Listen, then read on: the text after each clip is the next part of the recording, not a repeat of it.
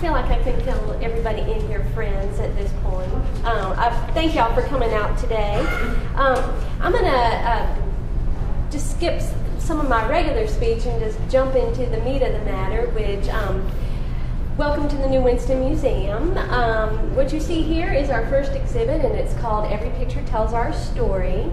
This will be a permanent exhibit, and we'll be enhancing it in a lot of different ways.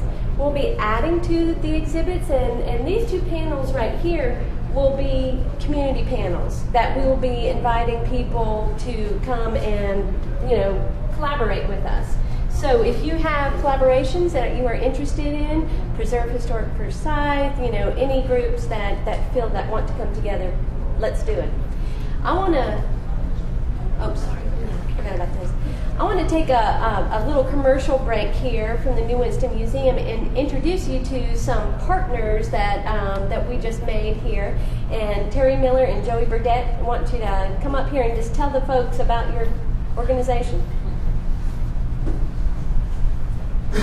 Just going to be very brief. We have started a Segway Tour company here in downtown Winston. We're partnering, as Catherine said, with the New Winston Museum. We will start and stop all of our tours here, and it's a 6-mile route, essentially.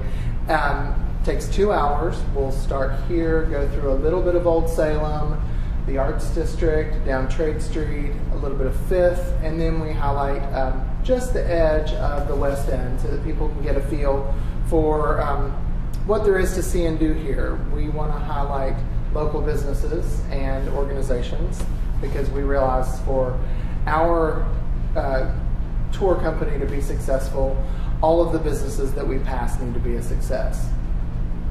And it's such a great honor to be a partnership with the museum because we can actually bring in the gliders. They can kind of look and see what the city looked like at one point, and then when we get on the segways, we can head out and actually point out things that they have seen actually on the photograph. So this is going to be a work in progress, but we're excited just to be where we're at right now with the city and with the museum. Yeah. Well, we're happy to have y'all here, and so you can speak with these gentlemen about opportunities to go on tours in the future. And y'all are the first of something new in town, so I think that we need to give y'all a round of applause. Thank you. You're welcome. Now I'm going to introduce our speaker. Miss Paula McCoy is a native of Winston-Salem, and she attended public schools and graduated from Carver High School. She received her undergraduate and postgraduate degrees from North Carolina A&T State University. She completed coursework with Duke's nonprofit program and earned a master's in social work with a concentration in community development from Case Western Reserve University. Some of her previous career roles include president of the North Carolina Minority Support Center and CEO of Generations Community Credit Union, program director with Local Initiative Support Corporation, where I had the joy of working with her, executive director of the Northwest Child Development Council from 1994 to 2000, and currently she's operating McCoy Enterprises, a for-profit sole proprietorship offering consultant and community development coaching to nonprofit organizations. And she is a dear friend and my mentor. So, welcome, Paula. Thank you, Catherine. Appreciate that. Catherine we had a really good team at LISC, and I can't tell you how much I depended on Catherine's expertise and talent, so thank you. So we're going to have a little conversation about community development, and it is a conversation, so feel free to ask questions at any time. But what I want to do is, before I talk about the local community development history, is to talk about it from a statewide perspective and give you some background about the history and how it got started here in North Carolina. And North Carolina has really been in the forefront of community development. But it kind of got started as a movement, and that probably can say it's a recent history for community development. But it really does go back about 50 years when community organizing or community-based organizations first got started here in Winston. But it really dates back to about the late 60s and the early 70s, and it sort of paralleled the development of the whole CDC movement nationally. There were a lot of CDCs that began to operate in the rural communities, and they were pretty much targeting low-income communities.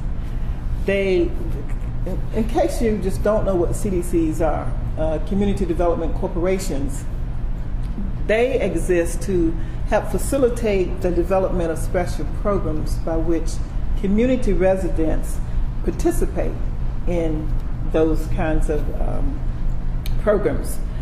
They root themselves in a community development process, and they actually try to help eliminate poverty, and they help residents have some benefit economically as well as socially. There was a guy by the name of Nathan Garrett who is one of the characters, I should say, that date back around 1963. But he certainly can talk about how Z. Smith Reynolds and Mary Reynolds Babcock and the Ford Foundations, they provided money to help establish what we know of as the North Carolina Fund. And the purpose of that fund, it was an organization actually, it was headed by a guy by the name of George Esser, but it was obviously to help break the cycle of poverty that many North Carolinians were plagued by, and actually still are. But at the time, that was a movement to help eradicate some of the poverty. This was around 1967, and during that time there was a lot of tension in the fund, and the tension was around how the money was being distributed. Nathan felt that the money should go to some of the African American organizations in the state. And so he actually became successful in getting some of that money distributed to some low-income groups, and they began to focus on some issues such as building infrastructure, especially in some of those eastern communities. They began focusing on housing and economic development, and also in generally about the distribution of wealth in the African American communities. And so one of the groups that were funded during that time was called the FCD, which was the Foundation for Community Development. And Wilson Community Improvement Association was one of those, you might recall, a group in Durham, which was the United Durham Incorporated, which some of you may know as UDI in Durham, was one of those early organizations. And as a result of that work, though, there are now about 70 minority-controlled CDCs in the state. Eventually, though, FCD went out of business. The Local Initiative Support Corporation, LIS, sort of came into North Carolina, tried to do what FCD was doing. They actually did it here in Winston-Salem, and so we'll talk about that a little bit more in a minute. But in the early 80s, the Legal Services of North Carolina launched some efforts to get people excited about this whole notion of self-help. And there was a guy by the name of Abdul Rashid who was working with Legal Services at the time. Most of you know Abdul. This is around in the early 80s. And so Legal Services decided to devote about 1/4 of their resource center budget to community economic development. They were going to help be an advocate and train people. So their mission was to revitalize and help build the capacity of local organizations to do community economic development work. So the legal services and LIS actually formed a partnership around community economic development in the eastern North Carolina. So when they were dealing with rural economic development. And so funds were provided for community economic development then. Training workshops were being conducted. And what they learned, though, was there still had to be more training to take place around community economic development. So in 1965, the North Carolina Legal Services, they filed the first state's challenge under the Community Reinvestment Act. As you all know, it's CRA. And CRA, they challenged the banks. They challenged First Union National Bank. They challenged Wachovia Bank, People's Bank, BB&T, and those banks that were beginning to buy up other banks. They challenged them, and they actually were successful in helping them to fund community development. And so CRA for many years had a lot of teeth, and that's why a lot of you may see banks really connected to community development. I think it's kind of lost some of its teeth now, but CRA was certainly an impetus that helped get community development funded.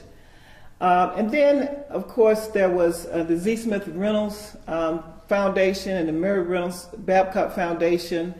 They funded a capacity building project that created 2 regional support positions to help local communities establish CDCs. And one was set up at Franklin Center at Bricks, and another one was set up at United Church of Christ Commission for Racial Justice. And then in Western North Carolina, of course, we had the Community Self-Help, the Center for Community Self-Help, that helped to work with CDCs and building capacity for CDCs. So then by 1988, it was clear that the industry was going to be revitalized, the CDC industry. It was going to be a force to be reckoned with. And in the short session of the North Carolina House of Representatives, there were a couple of bills passed. One was the House Bill 2524. It was an act to appropriate funds for minority economic development projects. And then there was the North Carolina Institute for Minority Economic Development. And so another bill, this was Senate Bill 257, it passed the state Senate. It appropriated about $1.5 million to go to CDCs,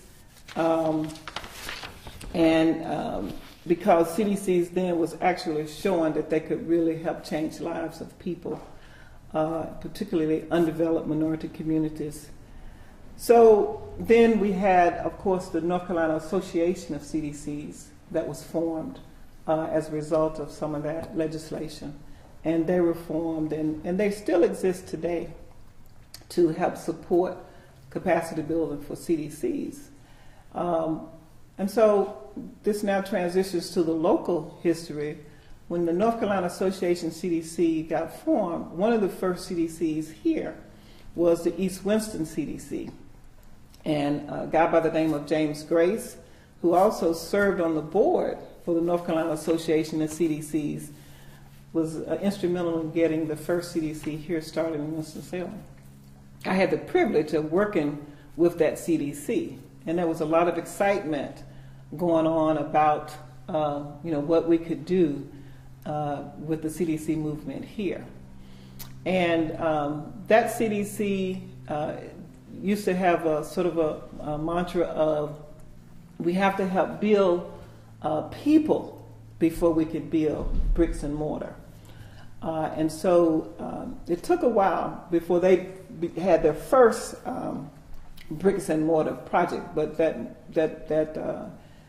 development is still here today on Cleveland Avenue.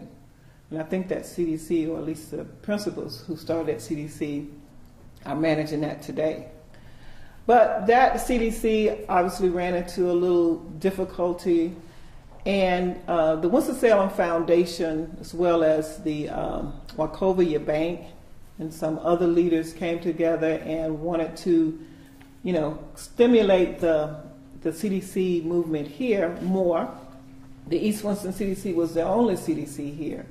So as a result of LISC, they invited LISC to come into Winston-Salem to be that vehicle that would help stimulate CDCs growing here, the growth of CDCs. And so LISC, the Local Initiative Support Corporation, came to Winston, and after about a year, or even before they came actually, there was a number of CDCs that were developed. One of them was the Southside CDC that focused on the Walltown, Sprague, and Happy Hill Gardens area. Another one, and the Southside CDC, in my opinion, was truly a grassroots organization. The people who served on that board of directors came from the community. And when they first got started, they actually wanted to work on building the human capacity in the neighborhood. They wanted to do things like help buy uniforms for the baseball team. Another CDC was formed, which was the Liberty CDC. It was formed a little bit differently from Southside. And it was formed from, actually, I think the city was the impetus with the Liberty CDC. So it had a lot of municipal influence. And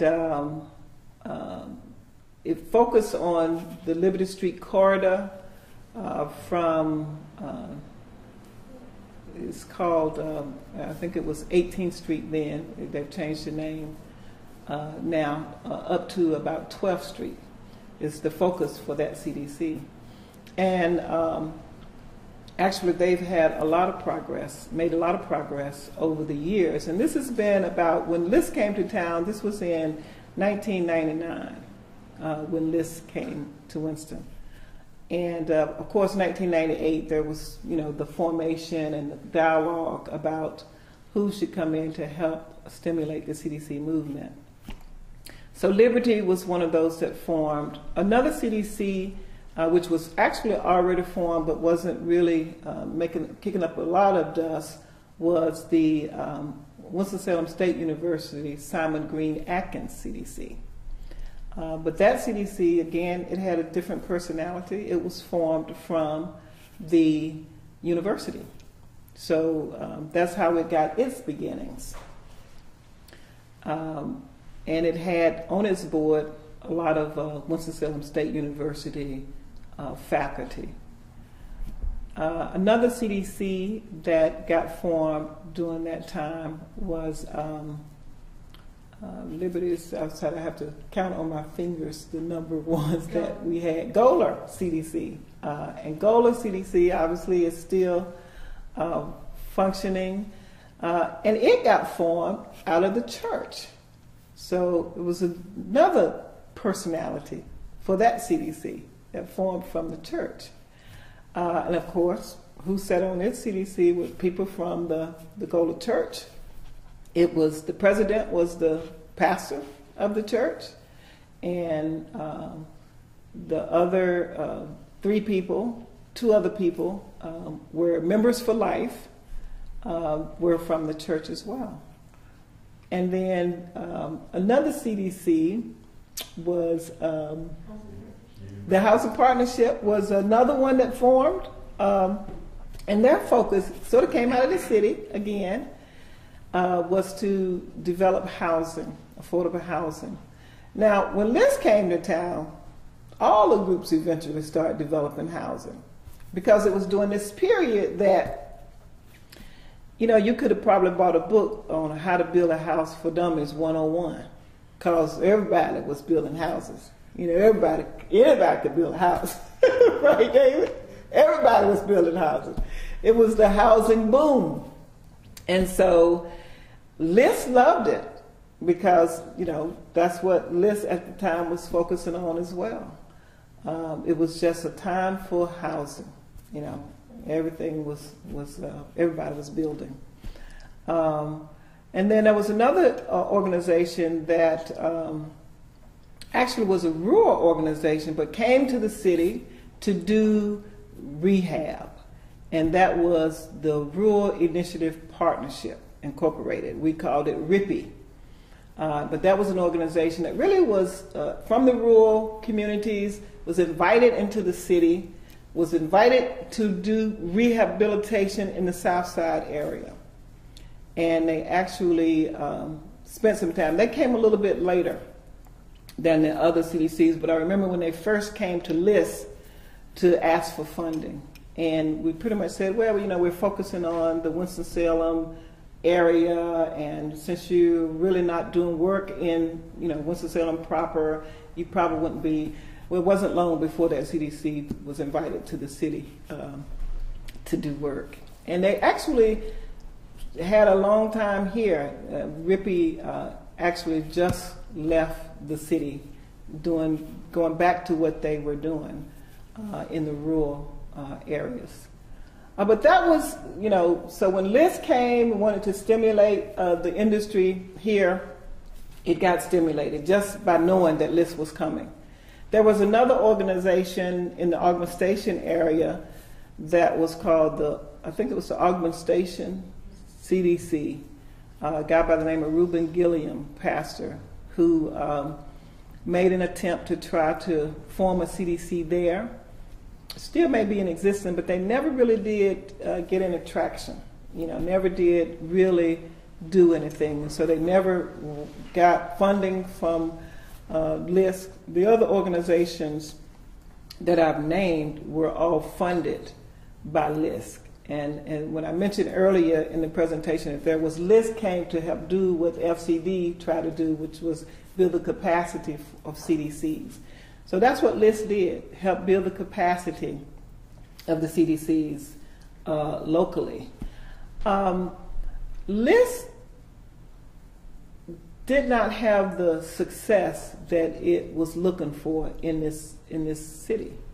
And pretty much because I would attribute that to the city having done a really great job in rehabbing housing and making the housing stock in Winston-Salem look pretty good. And so there really wasn't much money that LISC could make here. You know, housing was about making money through the development, you know, fees and things that they would get from funding developments. And so they were used to cities, you know, like Philadelphia, Cleveland, and those places that New Jersey that really needed a lot of development going on. New York was a place that they had a lot of success. So Liz made a decision to leave Winston-Salem after having been here 7 years. But when Liz left, another organization was formed. Before Liz left, Liz actually helped form the Funders Collaborative. And it's actually an association. I wouldn't say it's an organization because doesn't have a structure. It's not a 501c3 or anything like that. But the Funnest Collaborative is a group of business people and foundations who came together to continue the work of funding CDCs and building the capacity of CDCs. And those CDCs that were formed during that time, all of them continued to be funded through the Funders Collaborative. But there was a change in the work of the CDCs. And that change began to take place around 2008. And why do you think that change happened? The housing industry just went down. And so CDCs were kind of struggling, what do we do now? Because what they were doing, building houses, was pretty easy. You know, they could build them and they would come. You know, pretty much people, you know, everybody was buying houses and anybody almost could own one. So when the housing downturn happened, CDCs had to rethink their strategy for community development. And it actually shouldn't have been a significant swing for them, because the pendulum swings. Because at one point, I mentioned earlier, you know, it was about building human capacity before the bricks and mortar. And then came the bricks and mortar. So now we're kind of back at what is it that CDCs need to do to survive. And where we are now is back at a very place-based strategy, working in neighborhoods, helping residents improve their communities, helping them to identify the assets in their community, and helping them to find out what strengths and skills they have that they can use to help build the areas in which they live. So we still have, in terms of the Funders Collaborative funding CDCs, we still have a handful of CDCs, about 5. The housing partnership sort of went to the wayside because their focus was clearly all on building affordable housing. And so during the housing tsunami, they went to the wayside. RIPP left the city because, again, housing was their focus in the city, and so they couldn't sustain themselves either. Though the work that they're doing in other rural areas in other states, they continue to do. So we are at a crossroad in terms of sustaining those CDCs that still exist. Goler, as you know, they are still working in a very tight area, and by tight I mean that area right around the church, what they call the New Town, in town. They are looking, they built some housing there, and they are looking to build more housing.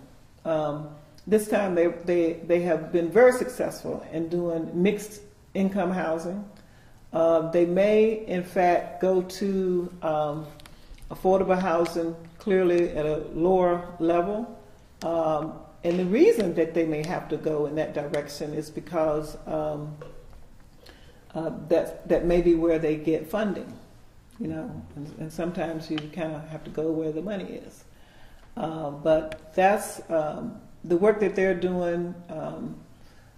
They were instrumental in getting the lofts started. They invited Landex as a partner of theirs to help with those lofts. So the Landex controls and manages those lofts. The Goler CDC has a small ownership role, and that ownership role is really in the ownership of one of the condos there, which they haven't seen any return on yet, but they won't receive any until and unless those condos are sold. Right now, those condos are rental units because they got a tax credit to do those houses. And they have to remain rentals for about 5 years. So they are probably approaching close to their 5th year.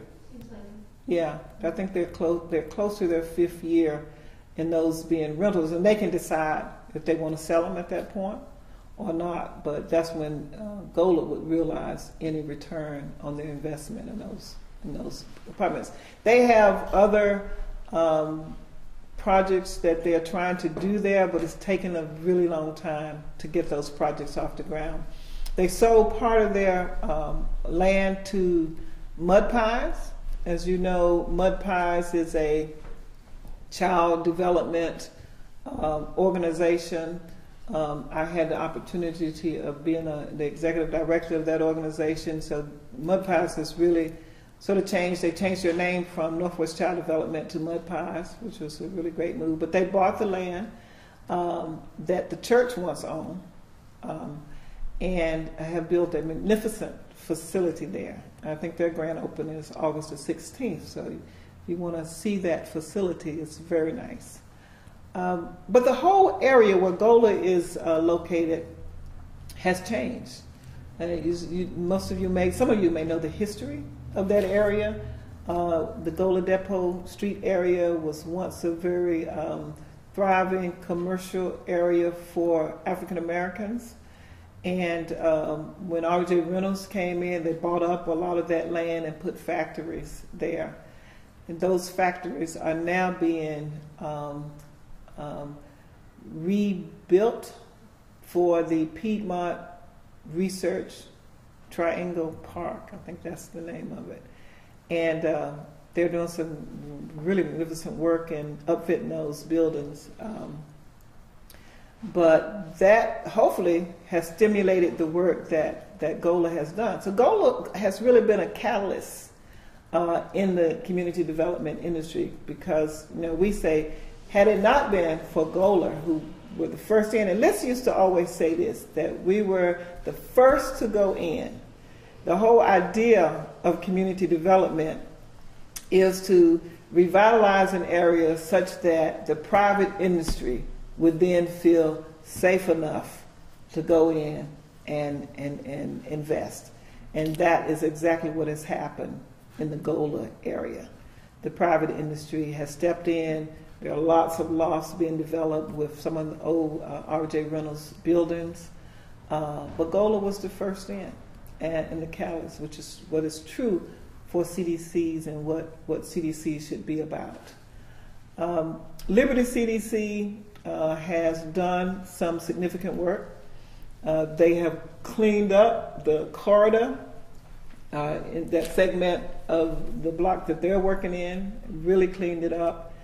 They've had to demolish some of the property there, in order to do that because it wasn't property where they could really come in and rehab it. So they've had to demolish that. And so hopefully investors might see that. I think that the issue with that area is still the perception of crime.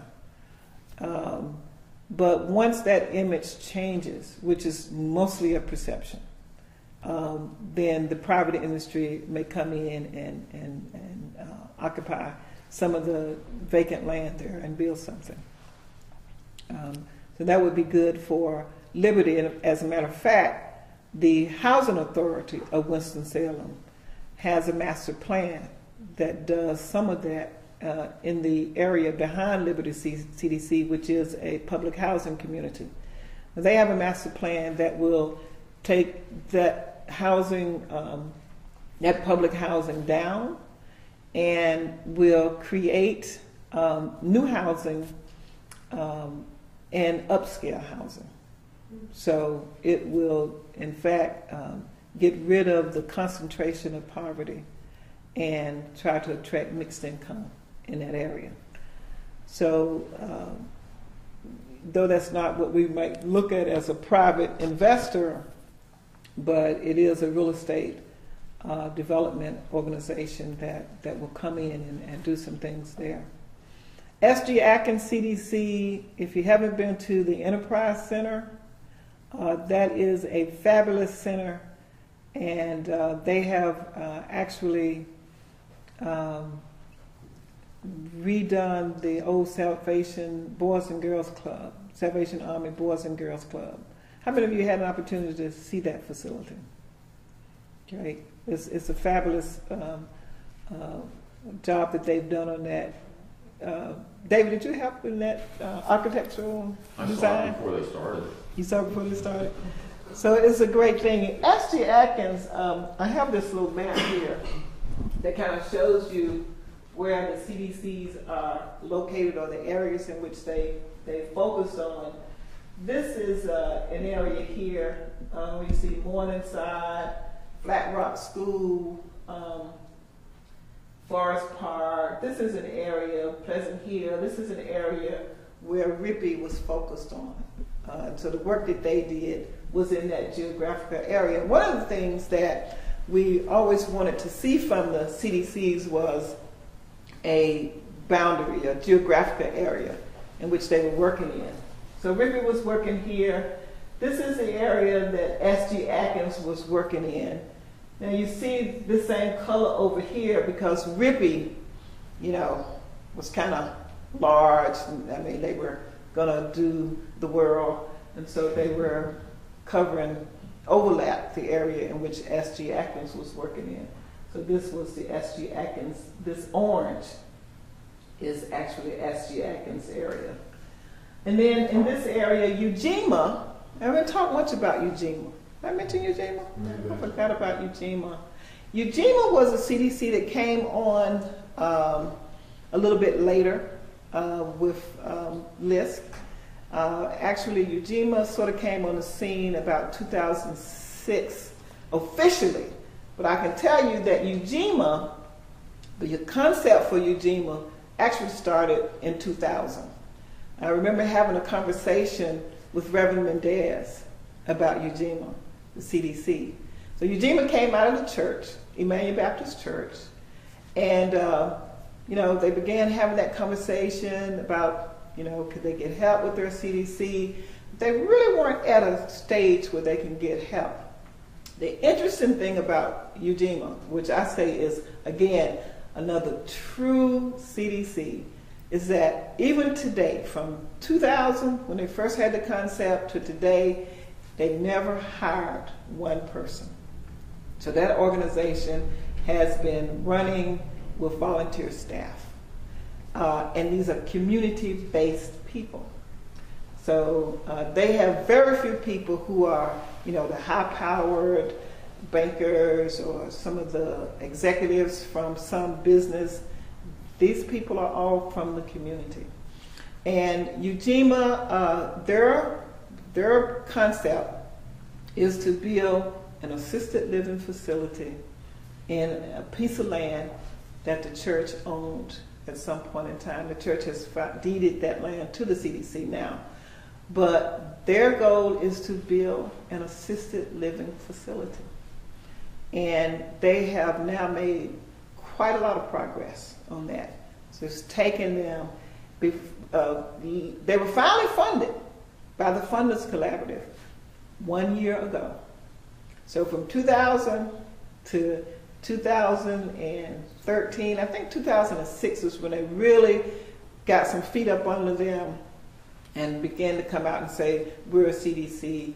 And when they first came to us for funding in 2006, what we did was give them funding for computer and for software, QuickBooks, so financial software.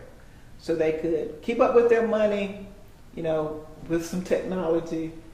And we gave them money to work with Neighbors for Better Neighborhoods in order for NBN to help them build their capacity.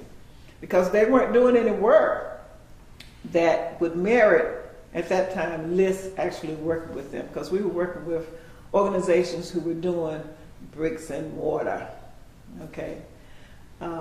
Southside CDC was an organization that we worked with, and I'll tell you this story because, I told you earlier they were working with human capacity. What they wanted to do was work with the neighbors and help them. And so because of the LISC model, we sort of pushed them into building bricks and mortar. And we told them they had to be a housing, or else they couldn't get funding from us. So they made an attempt to be a housing. They were terrible at it. But they built one. They built several. They built several over in Happy Hill. When I go through there now, I look at them. And but they accomplished that. But it was a struggle for them. We should have let them do what they wanted to do, which was help build, human capacity. And so I think they didn't last very long. And I really think that Liz, and I was the program officer, then the program director, was probably the cause of them, going out of business, because they were hell-bent on doing things the way that they wanted to do it. And we were hell-bent on them having a structure in a way that we thought business should be done. And so they would go off and do what they wanted to do anyway. And so we would say, well, they're headed for the cliff. What do we do? Guess we just have to let them fall off of it. And we did. So it was unfortunate. We couldn't save them. So they didn't want us to save them, first of all. The one thing about that I learned in working with CDCs is, first of all, you do have to let CDCs do what they want to do. I mean, that's what they do.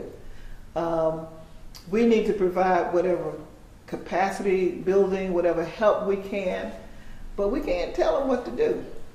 We can't tell them what to do. We can't make them do anything. And so we sometimes got into this tug of war. It began, a lot of times, it was us against them. And it shouldn't have been that way, And it was a struggle trying to help them see that, we're here for you. We're trying to help you. But at the same time, we had to hold them accountable. And it's something about being held accountable. What do you think that? I can't imagine what that is, but it always caused some conflict, trying to hold people accountable. We had to hold them accountable for the money that we gave them. And so there were certain things that they had to do to get that money.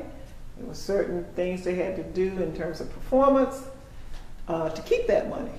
And so it was sometimes there was always a rub there.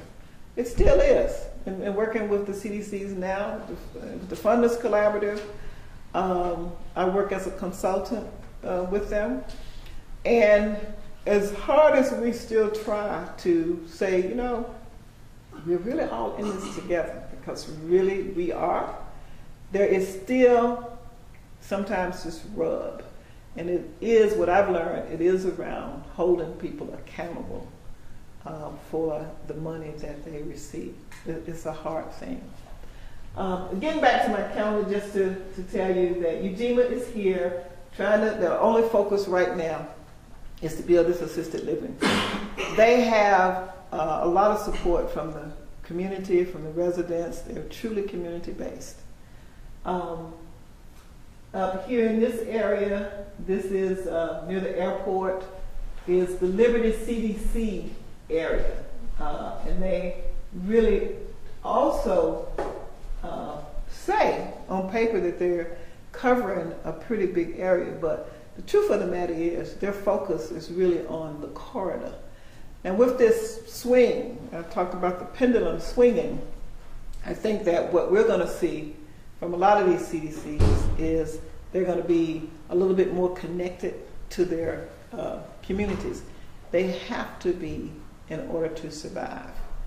The beginning of community development came out of community organizations, and we find ourselves back in that place. So they're going to have to be very closely connected with the residents in their communities. And they can't do things for people. They're going to have to do it with them. And so that's going to be the difference. Gola CDC has a very close area here. It's where they are focusing their areas. There is another CDC that came on board just last year, and that's called the Shalom Project. the Shalom Project, you might know, it comes out of Green Street Church. And the reason why that particular CDC came on the Funders Collaborative radar is because of the work that they are trying to do on Peters Creek Parkway. So they were funded by the Funders Collaborative. This last year was the first year that they were funded. And they have a committee called the PCCI, the Peters Creek Corridor Initiative. They have gotten they're working with the city in what we call the RUCA project, which is revitalizing urban commercial areas. And so they received some of the RUCA funds.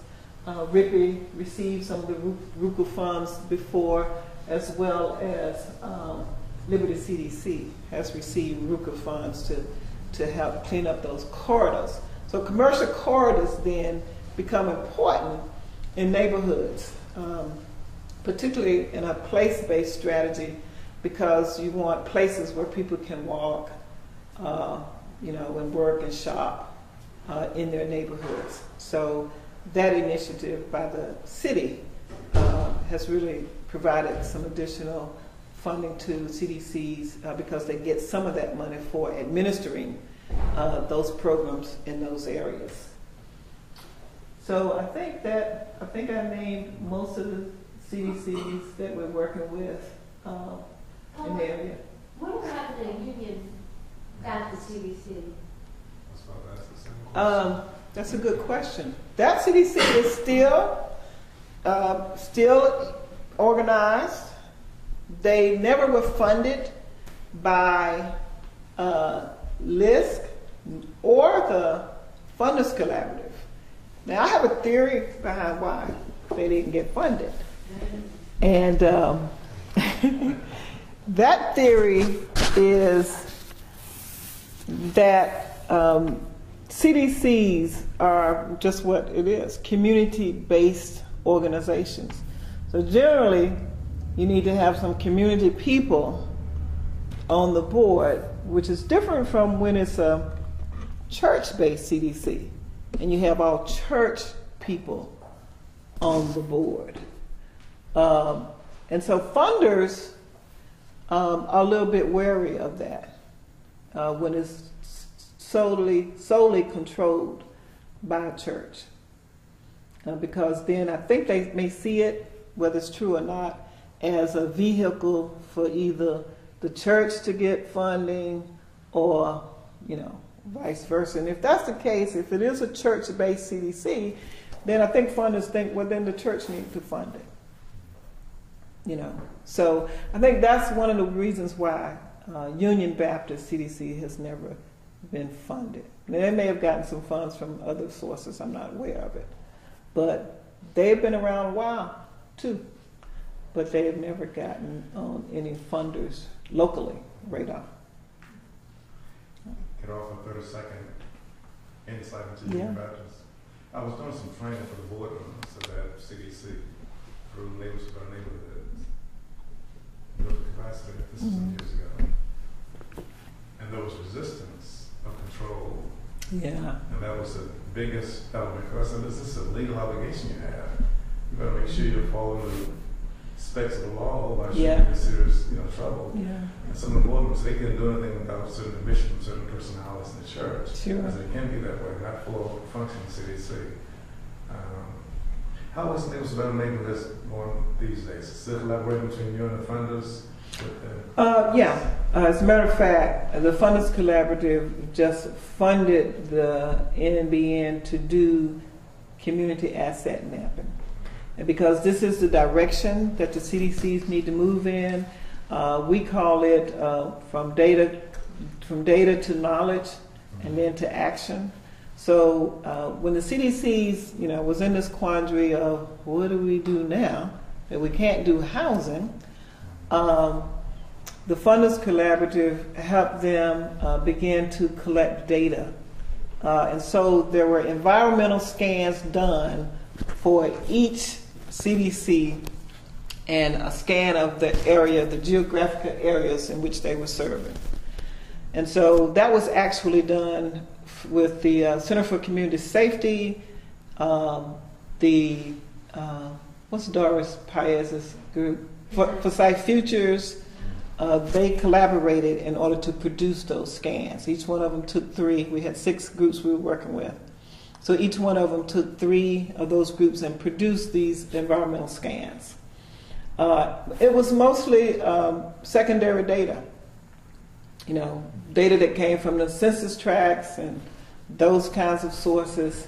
Not the census tract, data that came from the census. But secondary data is mostly what it was. But very good data. It helped the CDCs really start taking a look at those numbers and seeing this is maybe something that we need to look at a little closer. But we really needed to kind of verify that data with primary data. So the primary data we thought would probably come from, obviously primary data has come from residents, from the people. And so we funded, in talking with NBN, because NBN was also contracted to do some training around community-based, they call it ABCD, asset-based community development. And so they trained the CDCs in that model, and then from there, the next step was to do some asset mapping. And so right now, as we speak, that is what is going on with the CDCs, and Neighbors for Better Neighborhoods is leading that effort. From there, hopefully the CDCs will learn a lot about their neighborhoods and begin to, with the neighbors, look at things that they can do to really help change the economic situations with these communities. You've made a couple of comments about the CDCs would come in and build housing, and then they've left. Who takes over the housing that they built? Oh, they sold them. Oh, okay. Yeah, these are housing that they weren't doing rental housing or multi-family housing. They were doing single, single housing. They were building them and then they were selling them. So most of their work was involved in building a house, and prior to building it, finding a pool of potential home buyers. So there was a lot of first-time home buyer education going on. There was a lot of work that they were doing, training people who've never been home buyers to become home buyers, and what does all of that entail? There is a group that is doing a lot of work around the city that's getting the attention of a lot of funders, and that's Habitat for Humanity. Now, Habitat for Humanity obviously has been building houses for a long time, affordable housing, and they still are building affordable housing. They are, in a lot of ways, like the CDCs were being the first in, going in, building, getting a very blighted area and beginning doing some work. The area up on Cherry Street, up in that area, the Habitat has been up in that area. They are using a model that a group called Success, they have a tool called Success Measures that they're using to measure how neighborhoods are changing, how they change. And that is really as a group that we really, it's called NeighborWorks. That's the organization. It's a group that we hope to eventually bring in to actually work to help develop a common language around success measures. One of the and I talked about the pendulum swinging. The pendulum swung with foundations too, in that at one point, foundations would fund an organization, and as long as they got a little outputs from them, how many people, how many units did you build, that at one point that was enough. We can count count units. This is what, and it was more tangible. You could see it. But now that housing isn't going on, the question is, well, what are we getting for our money? We can't see it. So what are we getting? And so it moved to more results-based. So what are the results? And the results are different from the outputs. Outputs, you just count some numbers. These many people attended these many trainings and these many people moved into these many houses. But the big question started being, so what has changed? So what has changed? Because some of the housing that was built in a lot of places, after a few years, we was back to where it was, So what has changed? And so the question for some of the foundations was, so what? So you're going to build some houses, so what? What is that going to do for the people? And how will it impact their lives?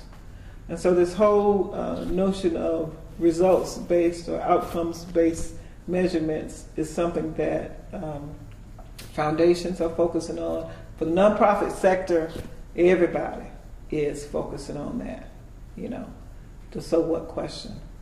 And so now,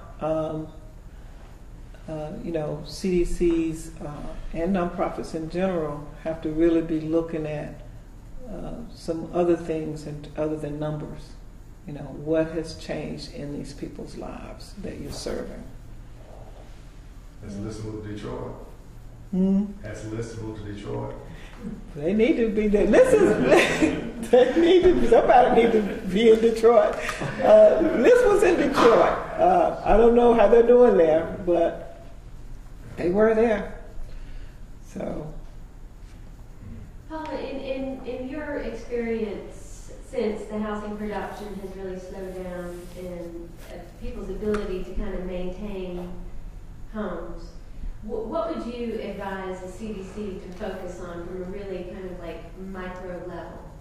Like what would you go in and help them work on? I think, right now, CDCs with this whole housing tsunami, and a lot of people, lost their jobs.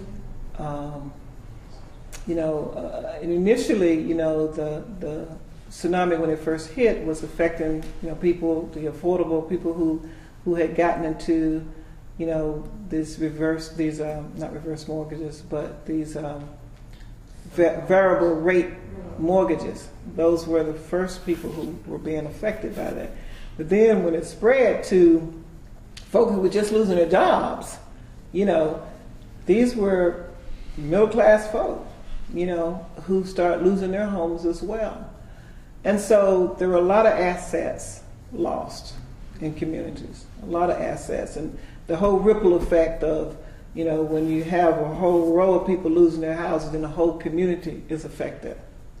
So I think there is some work for the CDCs to do around the whole human capacity building, helping people regain their assets, and cleaning up their credit, because a lot of people through this recession, almost depression, have devastated their credit, and who knows when they'll be able to repair it back to where they can, and the banks at some point, I think the banks will lessen their restrictions, their little credit restrictions. You got to have a 9 credit score now or something to be able to buy anything.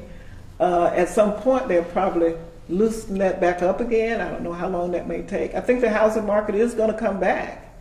Most of you may know that in the House, they are looking at a bill that with the community development block grant that will eliminate the funds for housing. So they're taking the whole housing piece out of the community development block grant. Okay? What's the city going to do? What is the city going to do? They're putting that money in administration. They're putting it in economic development.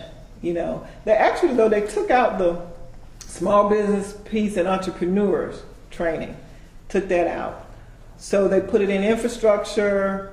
So, you know, that's what the city will do. But that's in the it's being voted on now. So I don't know how that will come out.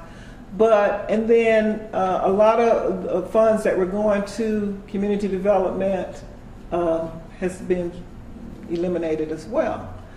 So the CDCs, to survive, are really going to have to really be strategic. But I think that to answer your question, just working with people and helping them regain their credit. The foreclosure, people are still losing houses. You know, folk are still losing houses. And so we're not out, you know, they say the recession is over.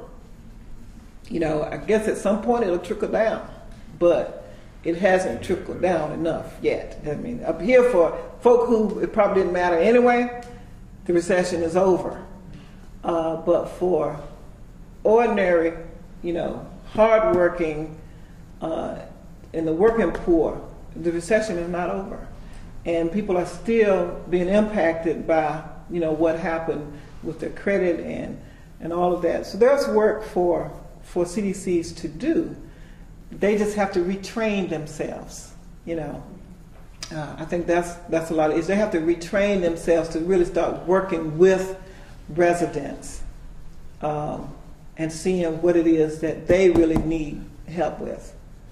The Shalom Project just started a new project that is doing exactly what you're saying. It's working one-on-one with people. You're doing a case management. Yeah, the circles. Yeah. The circles project. And it really looks like it's hopefully going to get to the core of some of those issues. I think that's right on it. A lot of this whole swing toward this whole technology, science, technology, engineering, and math careers, we have a workforce that's not trained for that. That's not trained. So job training is something CDCs could get involved in, helping get people trained or collaborating with. So what we're telling them is that you don't have to reinvent the wheel. We're asking them to, as they're doing these asset mappings, to find out who else, what other organizations are working in these neighborhoods.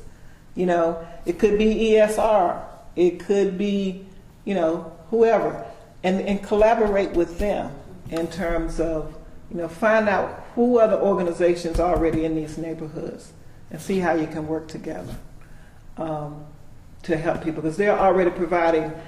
So where CDCs we're doing housing, they have to be more holistic in their approach. So they have to look at all of the areas that impact people's lives, and housing is just one of those. You know, it's education, it's health. You know, health is a biggie. Health is a big one.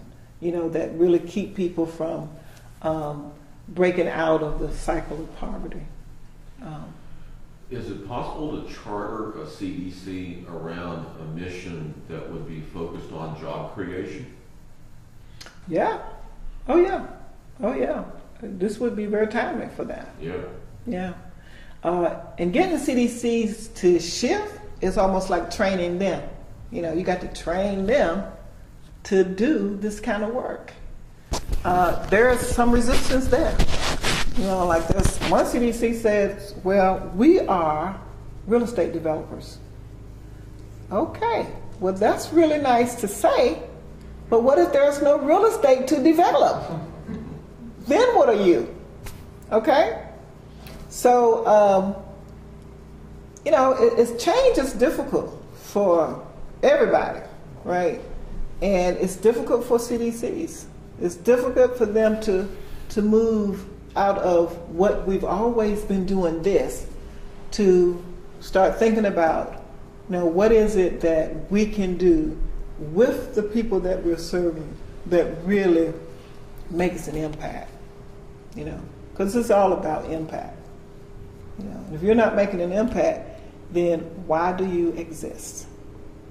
You know, funders are not liking just paying for people to come to work. You know, and what we do with the Funnest Collaborative is provide operational support. So it pays for the salaries. This is money that CDCs is hard to get. It's the hardest money to get is operational money. It pays for salaries. But they're not liking paying just for people to come to work and sit in a chair and say, we're working. You know, they want to know, so what are you doing and what difference is it making? You know. So if it's not making a difference, let me tell you, I can tell you that there'll be some CDCs that won't be here next year. You know, because the money is getting very tight. You know, I don't know if the Funnest Collaborative is going to be here next year to tell you just how tight money is. You know, for the banks were at the table because there were deals to be made. You know, they could get mortgages, and they were at the table. Well, if they're not getting mortgages, you know, where are the deals? Where are the deals? And what's going to keep them as funders at the table? The foundation's a little bit different, but their money's getting tight too. And foundations, you know, they change their objectives too, you know. And if it's not so sexy anymore, you know, they like sexy, you know. But you can't just give keys to a teenager. You got to give them the tools to the job, to make the money to put the gas in, to pay for the insurance, to drive the car. Right. So it seems like a community. You can give them a house, but what are we going to do to get them to keep the house? That's right. And to provide for their family. And, that's right. In all aspects, not just one neighborhood, but just as a community. I was talking to some people, as a matter of fact, right before I came to this meeting, I was in a meeting, and they were talking about an initiative that they had for teenagers. Actually, it was 18 to 28, I think, was their target area.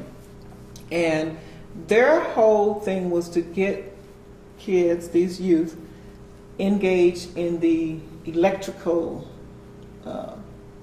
sector. That's where jobs were being created. So I think it was Duke Energy was at the table, and all of these energy companies were at the table. What they found out is that they were supposed to place 79 kids in jobs that they had to place them in. So what I learned is that they actually had 5 kids placed. 5. And the reason is because the youth were lacking soft skills. They didn't care about the hard skills because they can train them, but it was the soft skills that they were lacking. And so this organization is now they've decided we have got to start very early training these soft skills. So they're looking now at Head Start and looking at folk who are, providers for Head Start. Is how can we start training these kids so that they can be ready for the workforce? Because our kids aren't ready. They're just not ready for the workforce. And some of them had jobs offered to them, and guess what they said? I don't want to move. I don't want to move. So, so there's a lot of work. There's a lot of work for CDCs to do. This whole science, technology, engineering, math field is an area that the whole nation now, of course, is trying to move people toward, because that's where the jobs are going to be, but we don't have the people who are trained. Understand the reason Dale had to leave here is because we didn't have a workforce that they could hire who could actually do the things that they needed done with the computers, which is why they had to leave. So we have a workforce out here, or upcoming workforce, that's not prepared. It's not prepared. sort of goes back to what you started off with, Paul, talking about building capacity. Building capacity. You don't have that. I got into a discussion with Ujima members, and I said, listen, there's a discussion about getting rid of anime, down the line from the federal government. Get rid of those agencies that have been around for a long time, guaranteeing those 30-year loans. And if that goes and private market takes over, what's going to happen to your housing focus? Because the biggest guarantor is not going to be that. You got to rethink admission just a little bit. Yeah. Housing is just one element. You got to develop this as well. And there's always a need for training. Yeah, housing is just one element, and I'd say that, when community development took that turn, and LIST was smart though, because LIST recognized very early, around 2007, LIST recognized, I think, what was getting ready to happen. And they began an initiative called Neighborhoods of Choice. And it was Neighborhoods of Choice was really a holistic approach that would not only look at housing, but would look at education, health, job creation, and all of those things, senior care, early childhood development, all of those things that would create a whole community. And they started very early. And now you see it in the form of promised neighborhoods and those kinds of initiatives that have come out. Yeah. But Paula, what I remember from the Neighborhoods of Choice initiative here is that lack of collaboration, lack of willingness for people to come together and focus on one specific area. That's a big problem. That's a big problem because we still have that territorial kind of mentality. For me, that's almost like the glasses half empty kind of mentality. And so, that still is a problem in terms of people really collaborating and putting what needs to be put on the table in order to make something work. So it's still that scarcity mentality. If there's not enough, there's a CDC that I certainly won't call their name, who won't talk about their projects because they're so afraid that somebody might take their idea and run with it. And they probably had a couple of reasons to feel that way. They may have talked about a concept a little too soon and saw it somewhere else. Doesn't mean that, because concepts, everybody can think of something. There are no new ideas. Really. There are no new ideas. And so because they had the idea and somebody else had it, they think they stole our idea, and ran with it.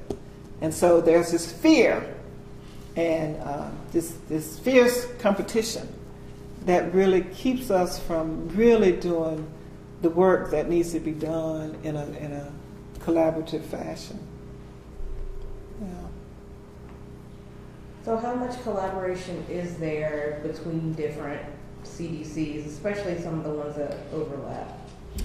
Well, there's collaboration and there's cooperation. Now, some of them think they're collaborating, they're just cooperating. They're coming together and they're talking together and they're having great dialogue. That's not collaboration, Collaboration is when you put your money on the table and I'm going to put my money on the table and we're going to put it together to make this happen. You keep your money, I keep mine, and let's see what we can do.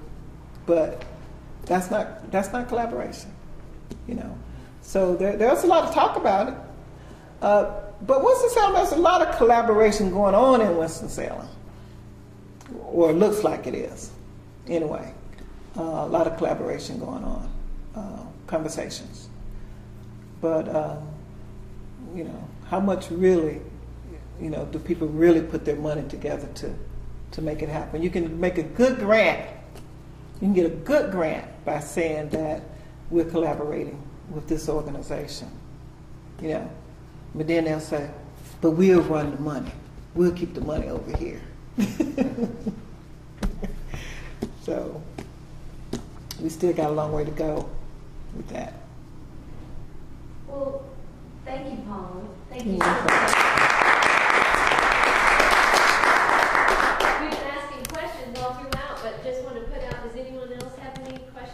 comments? I think CDCs are to change.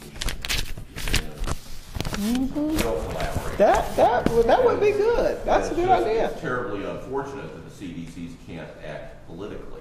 Yeah. That's where you need the action. Yeah, well, part of the barriers, I think, is this whole thing about, well, who's going to get the credit? Right. Who's going to get the credit? Well, right now we're going to give you some credit. Oh. And a little gift, a Winston-Salem cup. Thank you so you. much. Thank y'all for being here today. Now, did anyone put their name in for the drawing? I got it. All right, well, David, you're not. David, it was good seeing you.